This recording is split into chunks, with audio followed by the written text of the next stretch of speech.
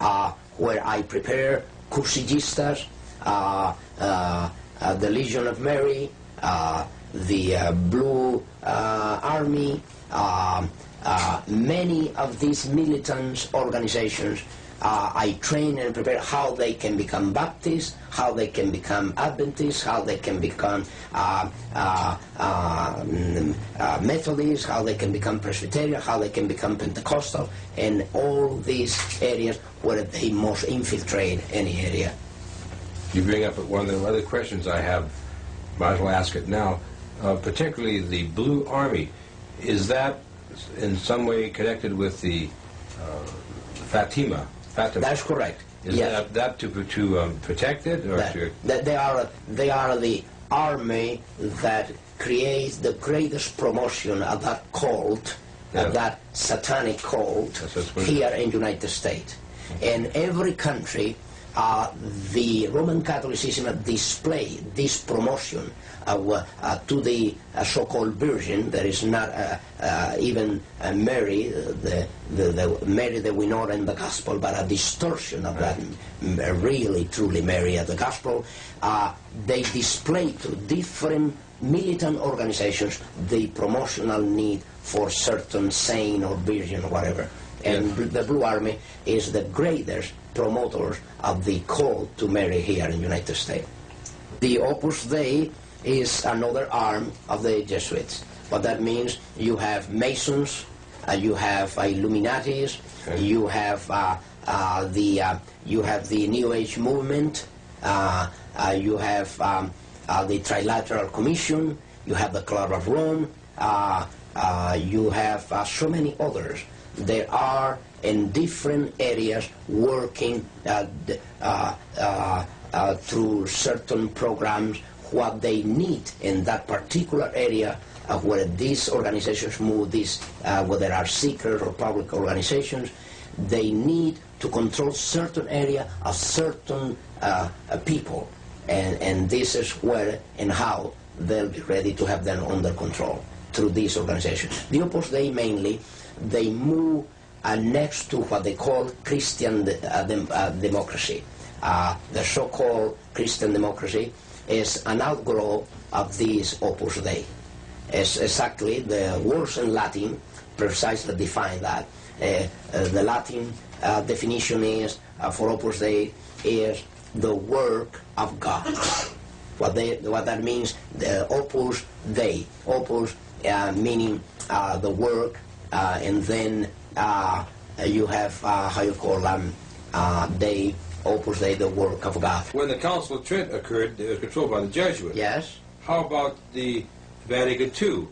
Now, yes, the connection is very, very, very prophetical. I will say this, I think that will clear the whole point here, because it's so prophetical that while the Council of Trent was the first council to be managed by the Jesuit order, the Vatican Council was brought about by the same Jesuit order with the same intention.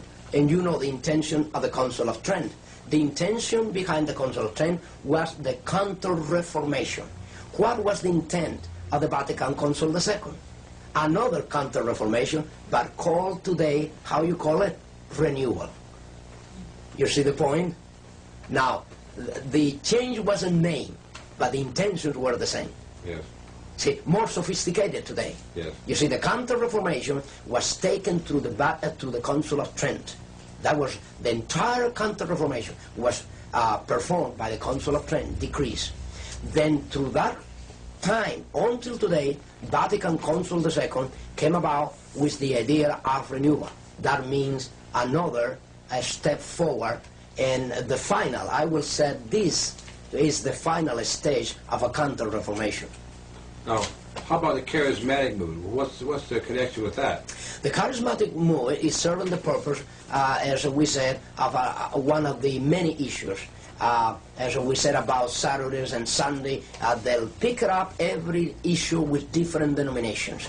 In the case of the charismatic movement, they pick up the charismatic movement because one factor. They could not bring under subjection the Pentecostal denominations. They couldn't. They could not. Even when they went to the ecumenical movement before, from 1945 down to our day, since this already started. As a matter of fact, if you want to know, the World Council of Churches started by financed by the Jesuits in Europe in 1945, after the end of the Second World War already, or by the time that the World War was to end there, already the Jesuits were at work trying to unite all the Protestants in Europe. And that was the origin of the World Council of Churches and the ecumenical movement. Today the charismatic movement is serving that purpose. When the Pentecostal could not be bring into the ecumenical forum, they brought it through the exercise of charismatic gift. We were on the way back from London on a jet plane, and there was a man dressed in a uniform like the Catholic priests wear, and he was conducting himself not like a priest you'd see in a movie, very friendly. He was a very sophisticated type man, and people could sense that. And I never thought I'd see him again, but in Baltimore at the airline station where the baggages come off, well, I turned around and there he was next to me. And I just turned to him and said, "Hello, friend, are you a Jesuit?" And he says, "Yes," with a big smile. You see all of his teeth. And he was very happy with himself. I said, "Well, listen, I'm very interested in the Jesuits. I've read some about them. And what would you think about the Council of Trent and what was invented in the Council of Trent and the infiltration of the Jesuits into Protestantism and the use of the Jesuits through organizations like the Illuminati and the futurism theory, the secret rapture that they invented for the Protestants?" And I talked about a lot of those things, and he had a metamorphosis take place. His face became rigid, his smile went away, and he looked me right in the eyes and he said, "You know quite a bit, don't you?" Like he never expected it. And I told him that you know, I was one of the Protestants that got away, and if he could realize that if somebody like me knew those things, just imagine some of the other of God's people that know those things and are willing to tell anybody about them. And it was an amazing situation how that man's face changed, and he thought he was like in one identity, but all of a sudden he realized that these dark secrets of theirs, they're being found out, and I'll never forget that. Would you consider that Jesuitism to be an occult secret society? It is an occult secret society from the point of view that the Jesuit order, what you know of the Jesuit order and what everybody knows of the Jesuit order is not the truly Jesuit order. What that means is even the Jesuits within the Jesuit order, they all are not knowing the secret society, the inner secret society that they are surrounded by.